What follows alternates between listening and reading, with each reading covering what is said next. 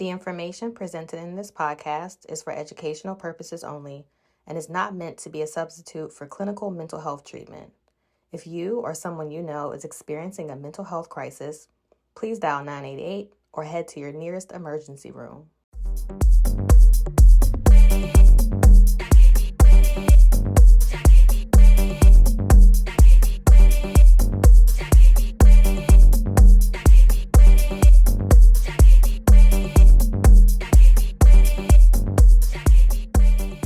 Welcome to another episode of the Black People Die by Suicide 2 podcast, where we discuss all things mental health with an emphasis on suicide within the Black community. I am your co-host, T-Kea. And I am your co-host, Jordan.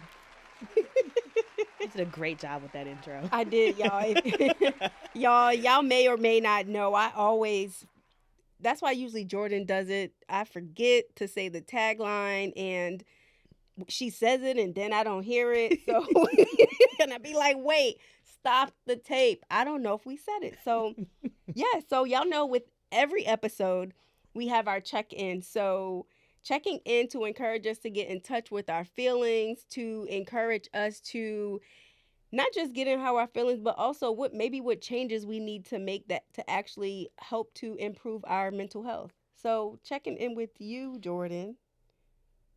I am feeling, you know what? I'm feeling really positive. I had been feeling anxious. I really did. Just my birthday and all that. It was just anxious. But today I'm doing a lot better. I'm feeling a lot more positive. I've trying to shift my mindset into not so much, oh my gosh, look at all the things I need to get done, but just like taking it piecemeal, crossing off things one at a time so it feels a little bit more manageable. And I feel like my anxiety is better for it. So I'm anxious, but in a good way today. Oh, okay, yes. I love you said that because a lot of people always assume anxiety is bad, but all anxiety is actually not bad anxiety. There's excited anxiety. Right. Like when you're getting, like sometimes, occasionally when I'm getting ready to go out to speak, I'll be like, uh-oh, but I'm excited. So yeah, I'm glad you said that. That's probably something we could definitely talk about because I think anxiety gets a bad rep. Yes. I mean, it's a healthy thing, but it doesn't always have to be associated with something negative. Yes, it doesn't always have to be associated with a disorder, right, Right. So, yes, for my check-in, girl, it's like, the question is going to come. You're going to have to check in, but I'm like, I don't know what my check-in is. I think I have been dealing with a lot of anxiety lately on the opposite side, not necessarily the good anxiety. But I've been doing my best to really use my coping skills. I mentioned some episodes ago that I was in my book bag because I was reading a lot. I've been reading. I have been reading. I'm excited. Currently, I am in Auntie Michelle Obama's book. Okay, so I'm excited about that, and that really does help me to be mindful and to help manage my stress and anxiety. I've just been feeling overwhelmed because I have a lot of balls that I'm juggling in the air, as Jordan knows. And so I'm working on continuing to slow down and pace myself. I know a lot of that is a trauma response because I often fear not going fear. I often fear of going without, not having, because I did watch my mom struggle. I did experience moments in childhood where like the lights was cut off. So it kind of sometimes forces me to put too much on my plate, and it's just because I don't want to have to go back to that. So I often have to tell myself, like, T-Kea, you're not that little girl. Like, you're safe. You're okay. But I always do have that fear. And then just in complete transparency, because in 2024, 2022, Jordan knows, in December of 2022, I had lost my job, and I dealt with so many emotions. I wasn't super, super upset, but it did impact my self-esteem as it relates to my career because I'm super goal oriented and I'm ambitious. That was like my first six-figure job, and Jordan knew I was working hard to get that six-figure job. I'm like, girl, and it was a great learning experience because I learned what my lane is or was at the time, or I would say now it is. I learned what my lane in mental health is. And I took it as an attack on my character. Not, well, maybe not my character, on my work ethic or I guess me as a professional. Mm. And so Black People Die by Suicide too has provided me with the opportunity to use my communications um, background to be able to help with our marketing efforts, but then also to um, continue the mental health work that I have been doing. So the organization has provided me with a great outlet to merge all of my skills as well as my interests. And so I think from that experience, there's still like a little bit of residue, I think, because during that time of being out of work, I did have like some consulting gigs occasionally. But financially, of course, took a hit. And so, like, just still really rebuilding from that time.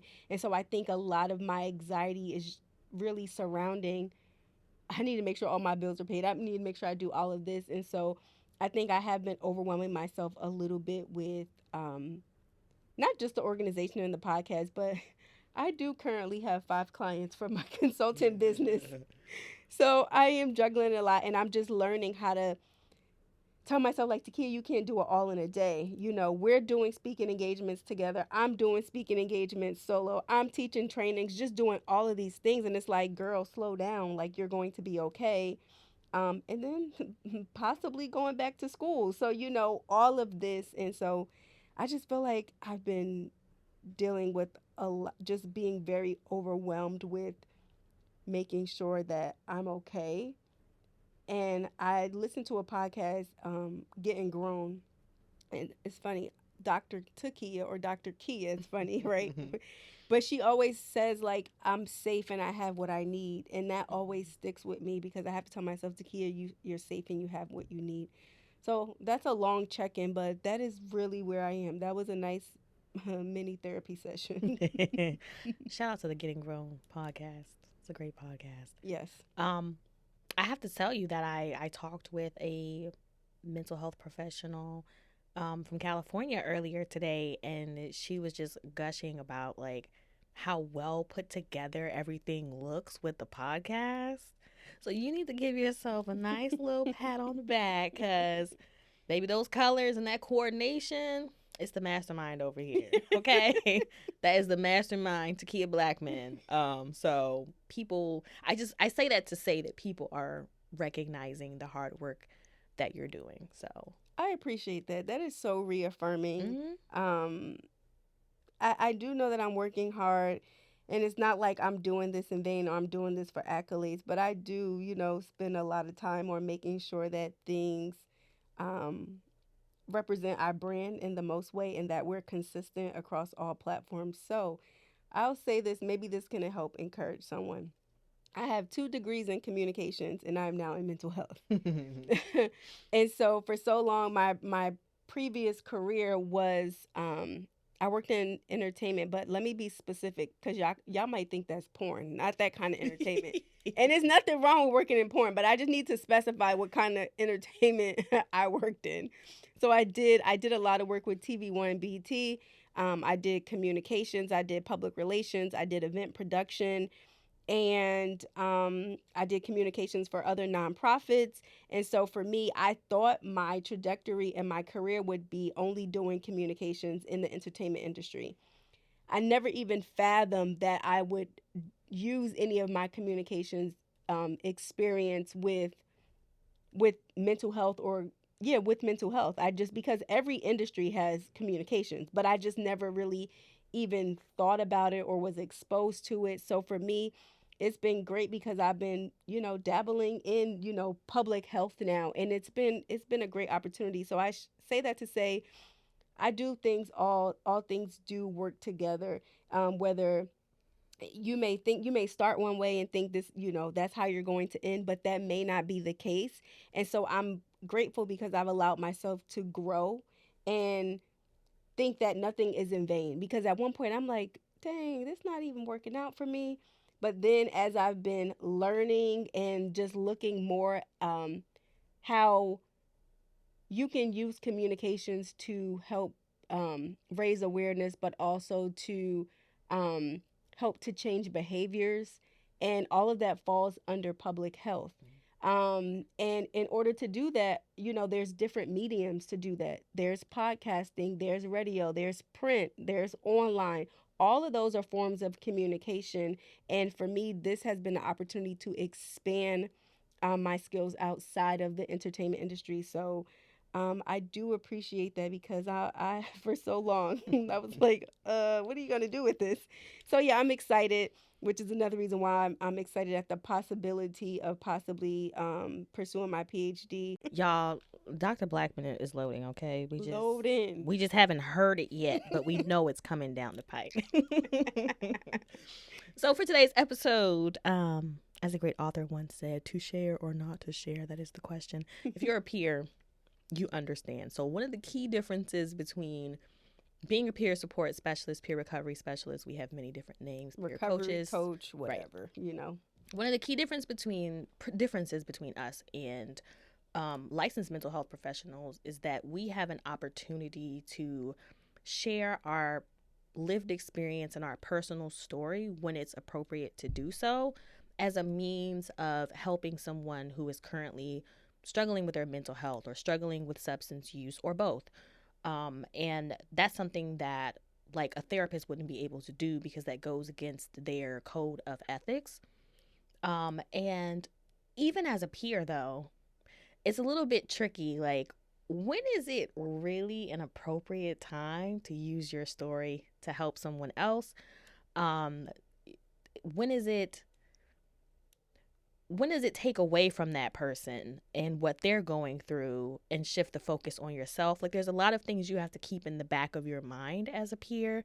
So we wanted to bring that up today, because T-Kea and I, we had the situation last month. Not even gonna lie, y'all. I was like, oops. So that's what we want to talk about today. And I know the peers out there will definitely feel us on this one.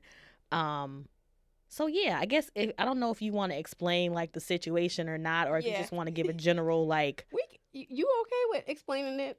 Yeah. No, I can explain it, but I'm just saying, are you comfortable with sharing? Yeah. So, this is why I love the podcast, because all of our private conversations that we had prior to there even being a Black People Die by Suicide 2 podcast, we are just putting these out for the world to see.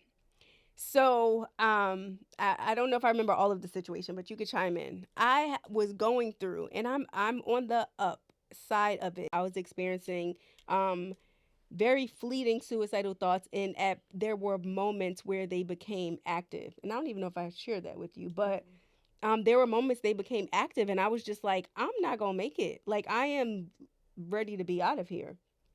And so I was definitely in a crisis, and I know I had reached out to Jordan, and I was just sharing everything that was on my plate. I was just dumping it all in a text message, everything from being upset about grief to it was just so much that was happening. I was dealing with so many emotions. I lost my grandfather in December. My grandmother recently was diagnosed with lung cancer. All of the stuff that we're working on together, all the stuff that I'm working on with my consulting business, it's just been a mixture of things. And I think the biggest thing for me is just how ugly grief can be. And so I was explaining it to Jordan, and Jordan's like, I know how you feel. And I think when I'm in for me, I can't speak for other. And I want to get your perspective too. I would love for y'all to chime in the comments or send us an email to let us know your thoughts. When I am in a crisis and I am that elevated up, I don't want to hear what you got to say. I just want to dump it out. I just need to get it out. And I don't think I was necessarily upset with you. I think it was just more so like in the moment I felt like it was the focus was taken away from me. And I do think it is appropriate at times to share the like me too. Like, I understand, But it's hard to gauge, honestly, when it is appropriate. And I just know for myself, if I'm very elevated, and I'm pretty sure, and I felt bad after, I was like, oh my gosh, I went off on Jordan. I was like, oh my gosh. And Jordan's always very understanding, like, oh, I understand. And I have felt bad because I didn't want you to feel like because the situation is like Jordan has been very vocal about your challenges with like losing your dad to lung cancer and how that impacts you. And I think I was trying to explain to Jordan that um you know of course we both grieve differently, but Jordan could relate in many instances because she knows what it's like to grieve. And then my perspective was, but I lost 6 people in 2 years. Like I haven't had a break. Like I just felt like I was getting here, then oops, somebody else died, and I was getting there. So I just felt like there's been many like highs and lows, but at the same time, I didn't want to take away from your situation because I don't know what it's like to lose a dad. And I tried to explain that in the text messages. In the text message, I was saying like, I don't know. I could say to you, "Oh, I know what it's like to lose someone," but I wouldn't want to take away from you and say, I know exactly what it's like because I still have my dad. I don't have a relationship with him. Unfortunately, my dad has a substance use disorder, and so we don't really have a relationship. And I think it would be unfair to me to say something like, well, you know, my father's kind of dead, if you will, because I would never want to take away from that. So I think for me, it was just so many emotions at one time, and I wanted to make sure that I wasn't making you feel bad, and also making sure to be like, okay, what's the balance between this? It's like, because I appreciate the connection and wanting to show empathy, but then at the same time I was like, they're the same in some ways, but they're not the same in some ways. And so I know when I'm that emotionally heightened, I'm like, I don't want to hear that. Yes. So, in hindsight, it's so funny. Like, I can see how the way I worded things could have been, interpreted wrong. Like, because I did say, like, I know exactly how you feel. You never really know exactly how somebody else feels because we're all different and we all sort of process things differently. And I also think it depends on the person, because I know for myself, when I feel like you were feeling, I tend to like withdraw. And I know, I guess depression, and it presents and manifests differently for everyone. So for you, you've told me that like a lot of it will manifest for you as irritability. So I said some things that I probably shouldn't have said because I'm sure it just would have made you more irritable. No, we never say I shouldn't. know. I'm sorry. She did her best. Okay, I'll give you some credit. You did your best. I was trying. I felt And bad. I could tell when you text me back, I was like, uh-oh.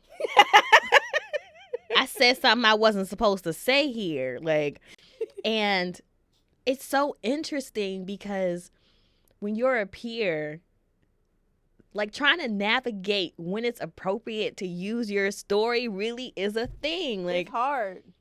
Because I've worked, if case anyone is tuning in for the first time or you've been tuning in recently and we haven't talked about this in a while, I actually have experience doing peer support on the substance use side, though I have no lived experience with substance use. But usually it tends to be the case that people who are using substances are soothing a co-occurring mental health disorder, though that isn't always the case. It's usually the case. So I was still able to relate to people, even without being a substance user myself. And so I did I did peer support. Let me back up. I did peer support in a long-term inpatient residential treatment center 9-month program, and it was pretty easy to like provide that emotional support to the people that I worked with because I had that long-term relationship with them and I knew them so well. Like, over time you get to know about their family dynamics, their hopes, their dreams, and it's kind of easier, like, their personality. So navigating that, sharing my story piece was a little bit easier for me. Then I flipped over to doing peer support in the emergency room. And let me just take this time out to shout out all peers who do hospital-based work, because that is not easy, especially when you're in the emergency room. Like, there is no time, it feels, to establish like the proper connection. I've seen it done though. I'll get into that in a second, but it's like everything is such short time. You know, someone's in that bed. The doctor wants that bed for somebody else. When are you getting this person out of here? And there's just this urgency to like move bodies. And I guess that's kind of the nature of a hospital. You know what I mean? Like there's always somebody else who's sick who could use that bed. And so having those conversations with people to kind of gauge like their interest in whether or not they wanted to even pursue treatment or maybe do some harm reduction techniques, you had to be like on the fly. And it was hard to like find those moments when you could really like connect with that person, because like to the hospital, time is money. Right. Right. But again, I've seen some peers have done. I have to shout out my Ace Boom Coon, my partner in crime. Excuse me? Wait, yeah, what? Ace Boom Coon. Yeah, I mean, he my peer, Ace Boom Coon, yeah. Oh. You my Ace Boom. That's what I get. See, that was being ugly, and I hit the microphone, and the microphone went away. That's how I know. That was the universe telling me that I better stop playing T-Kea. T-Kea is my Ace Boom Coon. But this was my Ace Boom Coon with my peer work. You know what I'm saying? Like, shout out to him, Antonio Hedgepeth. I don't know if he will ever listen to this episode, but if he does, I love you, my brother. He just had that gift. Like, I don't know. I would go in to see patients with him in the emergency room, on the floor, on other parts of the hospital. And he just had that connection where he could go in. It could be the most agitated patient. And he'd just be like, man, let's just talk.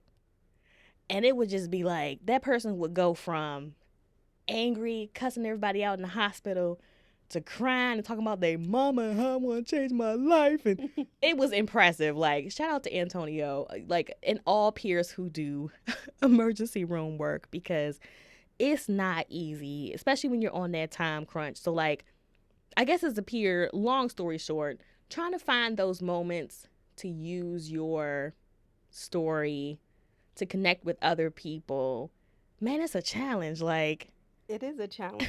And you know what? I even want to provide not just even in peer work.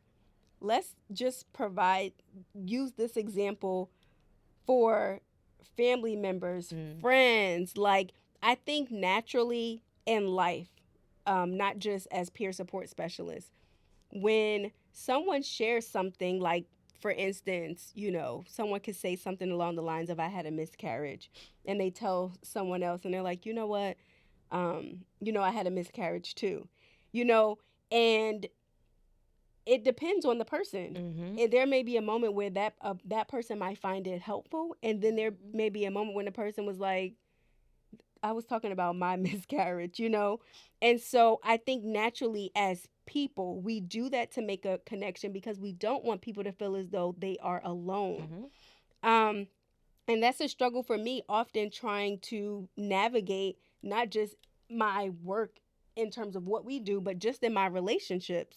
Like, needing to kind of like fill the room to make sure that this person doesn't feel like I'm making it about them. I think it comes from a pure place, and it comes from a good place in many instances. I know some people just out here always making stuff about them. But I think there are many instances where people are really just trying to make the connection to say, I'm here with you. I can relate to you. There are instances where like you said, you may not know exactly how a person feels, but there are times when you can relate. Right. And so I had your girl wrote a book a while ago, but I had in one of my chapters where I talked about this very thing, because it's just like, oh my gosh, I just know when I'm in a much calmer state, it's easier for me to receive. I can relate. I've been where you are. But when I'm in a crisis, that's just, it's not going to work. Yeah. I also think too, it depends a lot on the way you say it. Because you can say something and mean well, but the way you say it, man, I stubbed my toe before too. You'll be all right. That's not helpful to anybody. Like, oh, girl, I lost somebody to cancer. You'll live. Like, you know what I mean? Right. That definitely is not helpful. I think it also depends on, the level of empathy and your tone and your choice of words when trying to connect with others, because you definitely don't want to be dismissive, because that's definitely taken away from how that person is feeling. So, it's an interesting thing to navigate. I hadn't really thought about it that much until we had that day, and I was like thinking, Jordan, how could you have approached that better? Like, how could I have supported you better? But maybe something that I could have done was ask if you just wanted to vent or if you wanted feedback. That probably would have been helpful, because I just started ranting about whatever I was ranting about. And I'm sure you were agitated, like, I don't want to hear this right now. So it was, y'all, when I say I was going off, and I don't think I was necessarily going off at Jordan, I was just going off because I was just emotionally charged, and I just needed some place to get it out. So I was getting it out in the text message. But my concern was, oh my gosh, I don't want to damage my relationship at the same time. So I did feel bad, but I just know my irritability, my mom. So if y'all don't know, and I don't know if I ever wore leopard on the show, but T-Kea loves all things leopard and cheetah print, which is wild, right? I don't know if I ever wore anything, but it is bad. It is bad. If you follow me on social media, you see I often do videos to show y'all my collection, and I still haven't even showed a third. I say that to say, there's a reason why I brought this up, is that the running joke with my mom is when I experiencing those moments of depression and my irritability is at 1,000, it's not 1,000,000. I am so nasty. Like, I feel like I really, and I do retreat to myself because I don't want to, and I think I mentioned I don't want to damage relationships. And it's like, I appreciate people checking in on me, but when I'm that irritable, I'm afraid that I'm going to do something or say something and I'll have to retract, and go back to apologize. It happened with another friend too, and I was like, oh gosh, I gotta go back. And so my mom, the joke is, she'd be like, "Rear, the cat is coming out." It's like that cheetah, that leopard's coming out. Boy, don't mess with her. So I feel very like I will eat you up, and I really don't want to do that, but it's so hard in those moments. And so I think this is just an honest conversation when you're talking about supporting each other, supporting your family members, supporting your friends, and being able to best support them how they need to be supported. And to your point, asking someone, how can I best support you? Do you want me to listen, or do you just want to vent? Do you want me to come over? Do you want to go out? Do you want me to check in on you? Do you want me to leave you alone? Like asking people. And there are instances where people just like, I don't even know what I need. I don't even know what I want. And so that does make it hard too. But just trying to support people is not easy. But even with that little situation that we had, I still feel like you do a really good job at supporting me. I mean, I wish there were more Jordans. I wish I could leave you in my back pocket and be like, "Hey, I'm starting to get depressed again. Come out." Like Kazam. Remember the movie Kazam? But yeah, it's just like to be able to have that, but then honestly sometimes, and I think I mentioned this to you, because I also know that you have your own mental health challenges, I also want to make sure that I'm respecting you and I'm not putting too much on you. But I also had to tell myself, like, let you tell me, when it's too much. Don't make the decision for you. But sometimes I feel bad because you're often the one that comes to my rescue, like, immediately. And I get upset, which is another podcast episode. We'll talk about that later. Jordan already know I'm talking about. That's why she laughing. But I get upset because I'm like, Jordan shouldn't. We said shouldn't. Sorry, Dr. Walker. it would be helpful. It would be helpful. It would be helpful, I think, if Jordan just wasn't the only person who, I feel like you often drop everything. And many times I'll be like, no, don't come. It's okay. And it's like, I appreciate that, but I'm often trying to find the ways of being like, we already work together. We talk every day. If we don't see each other in person, we're seeing each other virtually or we're texting. I don't talk to anybody else more than I talk to Jordan. I kid you not. Like, I talk all the time. So it's often me trying to still find space for you. And I feel like that's where the challenge comes in, because it's like, you support me professionally, but you also support me personally. So I feel like that's navigating the new relationship that we have in a business together has also been challenging. I can see that. I can see that. I mean, well, if you're in a crisis, like, text me. It's fine. I'm probably not doing anything that's that important that I can't make sure that you're good. And I get it, because have I talked about this before? I've talked about this before on a prior episode, I think. Like, you have like people in your life who you just kind of would naturally expect to have that emotional support for you. So for instance, this person is my mom, but she can't be. And I would we still love you, Mom. Yes, Mom. Don't get me wrong. My mother is fantastic. She's great for many, many, many things. Not taking anything away from her, but she cannot be your emotional support. She just can't be, because she's not a feely person. And for a long time, like, I would torture myself trying to get that out of her when that's not something that she can be for me. So I do understand, like, you have a person that could reliably give you that emotional support, and they're like one of the only people that you have. How do you navigate, like, do I feel like I'm bothering them too much or reaching out to them too much? I could definitely see that. And especially, like you said, because it's not just like the friendship, but we have to talk about like organization things and podcast things. And, I'm just saying, if you're in a crisis, girl, text me.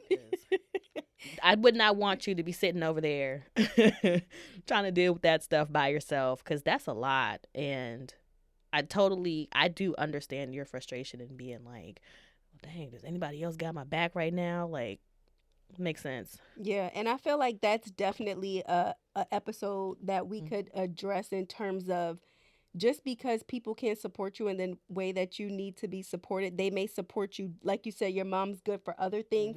That doesn't mean that they don't love you or they don't care about you. And when I say I am in the trenches with that, I am. Jordan knows. She's probably tired of hearing me talk about it. But I really am. I really do struggle with it. And I'm really trying to learn to compartmentalize certain people, to be like, you know what? Okay, well, I know I keep talking about how great Jordan is, but it's like, okay, this is Jordan, and she's good for like pretty much everything.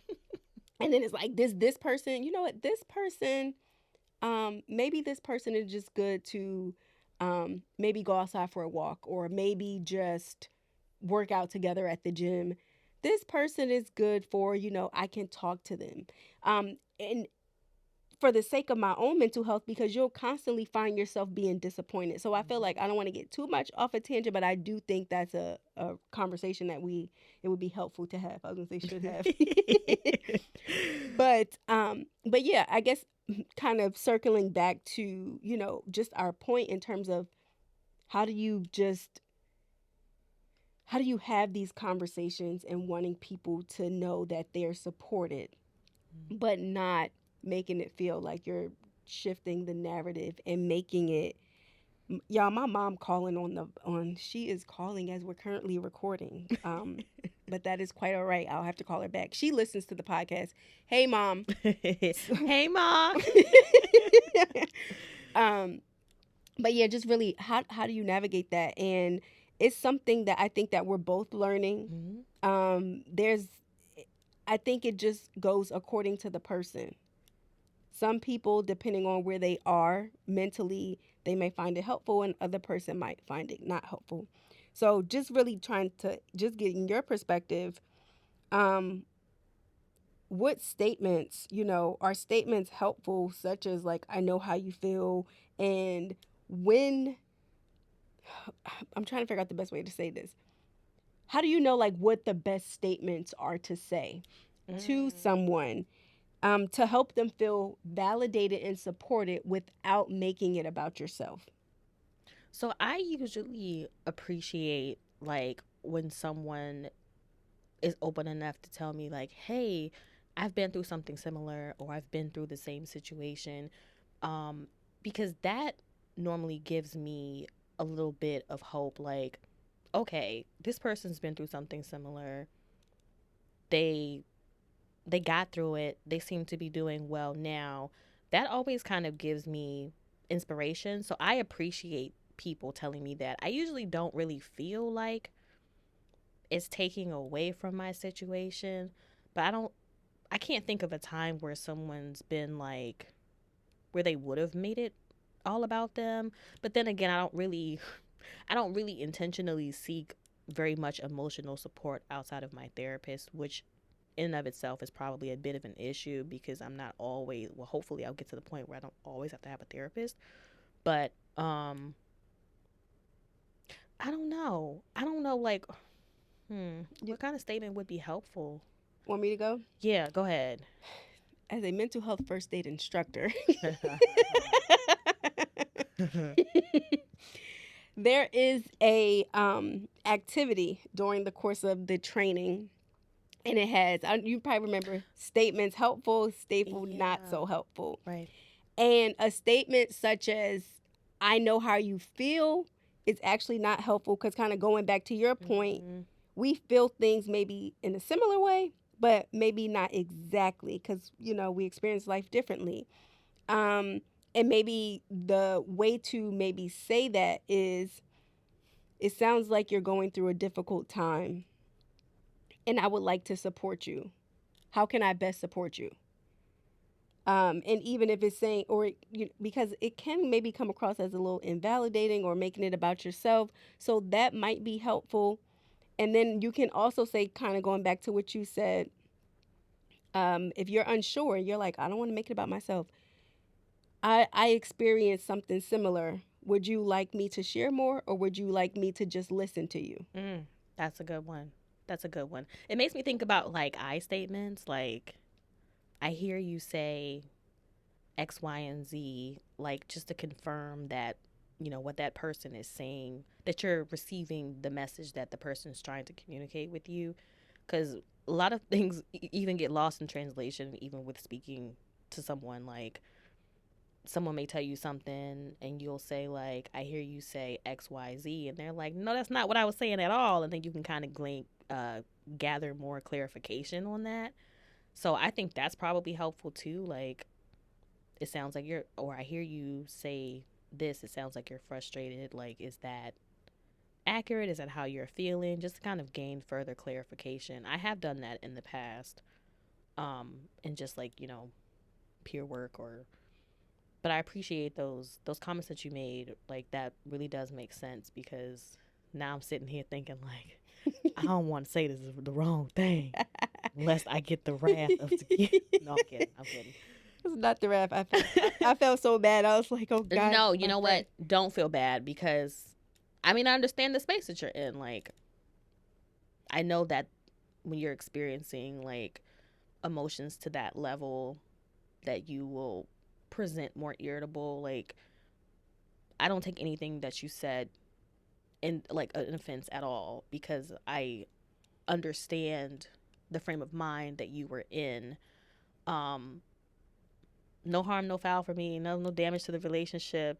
It made me think about like how I could be better if we end up in that situation, like again, or like how can I best support Zakia, or what's a better way that I could have said what I said, or attempted to give support. So it gave me something to think about, if anything. Oh, well, that's helpful. But for me, it's always like I find when I'm in those moments, I have a very difficult time regulating my emotions. So people often see it as isolation, which it is, but then it's also me trying to protect my relationships. Because there are moments where people could even say, I'm laughing, but somebody could say something along the lines of, I hope it get better. It's like, I don't want to get better in that moment. Like, I don't want to hear, like, there are moments I don't want to hear the encouragement. I just want to sit in the emotion. I want to be angry. I want to be irritable. I want to, I just want to be in that moment. So but I know people mean well. They're not trying to do anything malicious, but when I'm in that moment, I do retreat because I just sometimes you don't want to hear it, So Mm-hmm. that's why I think it's important. I think for the sake of this conversation, I think it's just important to ask questions. How can I best support you? What it is that you need? Do you just want to vent? Or I have a similar experience. Would you like me to share? And I think that can ultimately help shape the conversation and you being able to provide the support that someone needs. That's a great point. Yeah. We gonna move on, or you got anything else to say? And you know what? I think that's a good place to leave it.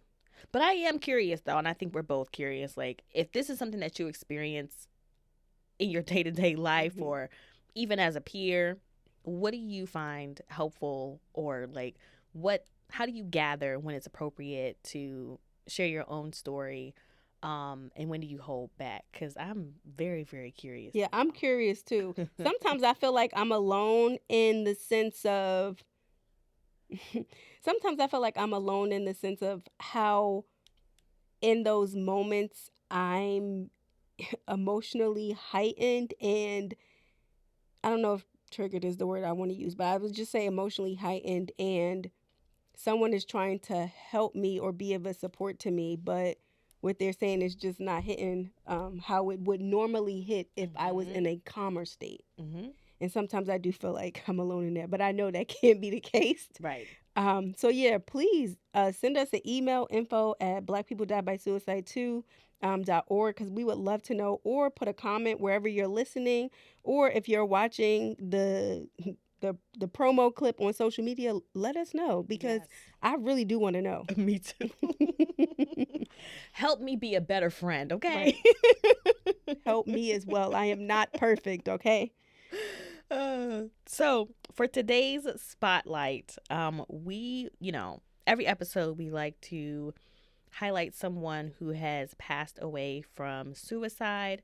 We feel like it's really important to highlight their stories because it really makes this real. You know what I mean? Like, there are people who are suffering to the point that they lose their life, and we want to honor these people because it's sort of the driving force behind the work that we're doing. So for today, we're going to do Dr. Antoinette Bonnie Candia-Bailey.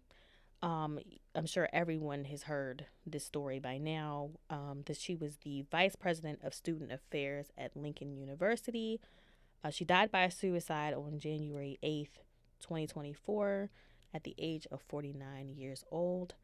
Man, this was a tough story. I know you see these tears coming Yeah, down. it was a tough story. It was. I remember when I first found out about Dr. Bonnie, I cried as if I knew her, because I know what it's like. I think we can relate as Black women what it's like to be in a toxic work environment, especially she was a Black woman, not just in higher ed, but when you talk about in a very high profile position. And, I remember recording a video, and so many people had commented and responded, and it just broke my heart because she was bullied and she spoke up for herself.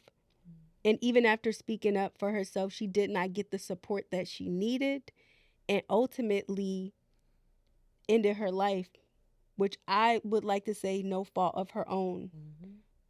Because when you reach out for support and you don't get the help that you need, then many people lose hope. And then at that point, what else do you do if you don't have hope? Right. So I am very sensitive to all of the deaths that we hear about suicide.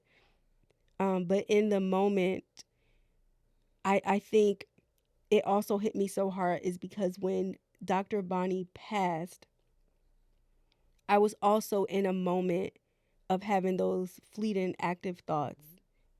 And I'm like, I know what that's like. And to be able to lose someone so young, and people have been rallying behind, to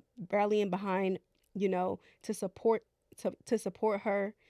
And yeah, man, I'm really really touched by Dr. Bonnie's story. And so we just want to honor you, Dr. Bonnie. Thank you for what you have contributed to the Black community. Thank you for what you have contributed to higher education.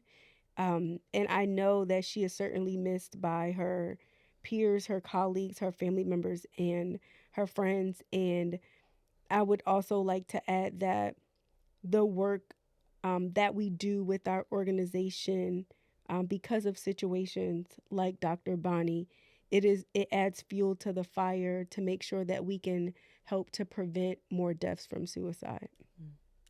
Very well said. Rest in peace to Dr. Bonnie. So for our resource today, we are going to do, y'all, this acronym gets me every time. It's the Maryland Addictions and Behavioral Health Professionals Certification Board, or MABPCB. Right, I always get that confused. Me too. The letters get all jumbled up. Okay, so this is Maryland's board for people who are interested in pursuing peer support here in the state.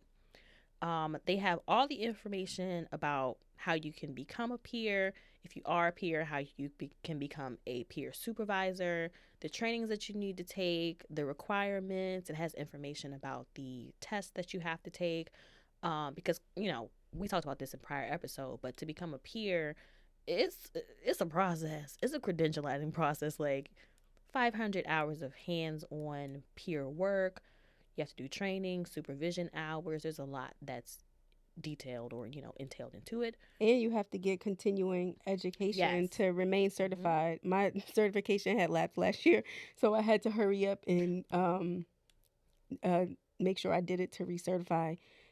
So yeah, I think the resource is helpful.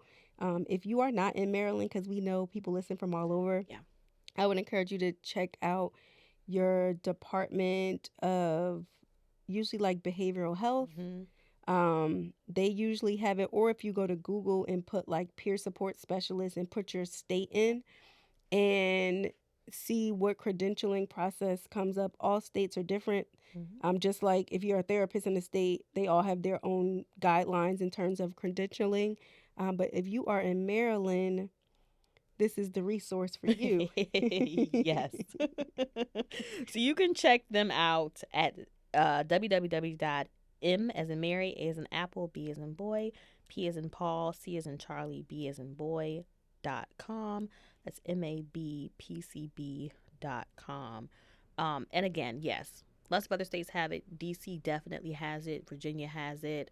Pennsylvania has it. Pennsylvania has. I do know somebody who's certified in Pennsylvania. Oregon, North Carolina, Louisiana. We had Jasmine on. Yes. She's a peer in Louisiana. So all states should have something similar. So you can definitely check that out. And we always need more peers. Yes, we do. We do. We very much so do.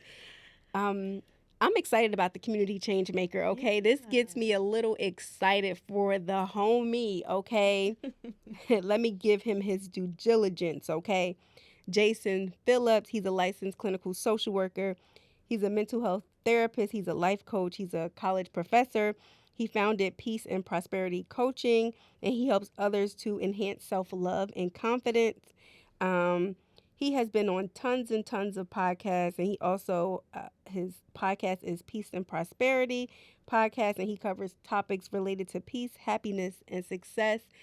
And Jason, y'all, like, I think I comment probably on almost everything that he posts. His videos are so, like, fun and funny, but they can be lighthearted, but they're also like educational. And he's a great content creator. Like, like the new the new song that's like trending right now by what's her name? Help me out here. Money Malone. What's her name? Money Long? Yeah, Money Long. Sorry, Uh-huh. yes, Money Long. I don't know why her name just escaped me, but twin, where have you been? So like he did like this funny Instagram about like when you go back to your therapist after taking a break off, like twin, where have you been? Like where have you been? You ain't even been in therapy in a minute. So Jason Phillips, he's amazing. I would encourage you to check him out. We had the opportunity to actually meet him in person. We went to Charlemagne's event, and I was on his impromptu panel. And we are going to get Jason on the podcast. He is one of my favorite content creators. So we just want to shout him out as the community change maker. We're getting into, is that self-care or Nick? Self-care. Every episode, we know what's coming. I never know what to say. No, well, for self-care, I think I'm planning, y'all, because y'all know I told you a couple of episodes ago that your girl kind of forgot how to ride a bike. But I'm planning on hitting some trails this year. I'm also hoping that I can hit a different state park in Maryland, maybe even Virginia, um, once a month and just walk because I love walking. I have a dog that loves walking. So last month I went to Lucy with the fatty. Yes, girl. My dog, I have a little Jack Russell Terrier named Lucy, and she's a little chunk monster. We went to Fort Washington, the national park, and like got to actually see like the old Fort Washington because like the building is still there, and we walked along the Potomac River, and it was great. I love that. See, y'all see how we often share those things that are cost effective or don't cost at all because we want y'all to think outside the box. Self-care doesn't always have to involve money. Yes, I do like my nails done, but sometimes I can't get them done. So I love that for you. I think that's great. I think for self-care for me, mine is going to be real like right now in the moment. When we're done recording, I'm about to go eat, okay? That's self-care. Self-care is making sure you're eating, you're getting enough water. I have not had enough water today. I've only ate a little bit. So my self care is I'm going to eat and go drink some water. That's beautiful. Very important. You have to do those things every day, right? Right. So for the moment of inspiration, not gonna lie, did not have something pre-planned ahead of time, but I think off of the episode that we just had, like it's inspiring to me just to even have these conversations with someone, like to look back and say to myself, how how can I be a better peer? How can I be a better friend? How can I be a better support to someone? And I think with this episode, especially if we get some feedback from you all, like what do you do to support others? Like collectively, we can all take something away from that feedback. We can all implement something to better support our loved ones or our friends or the people that we work with, our clients, patients, peers, you know what I mean?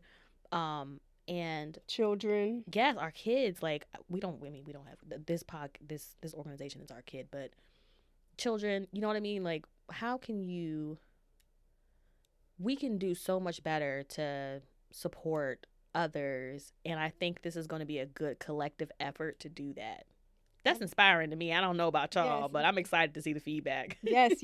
No, I agree. I agree. I think it's so important that as we continue to learn and grow when it comes to mental health, support is very crucial in mental health. And how you support someone and how you show up for them is very important. So Mhm. I would agree. So thank you all for tuning in to another episode of Black People Die by Suicide 2 podcast. Be sure to connect with us on social media at Black People Die by Suicide 2.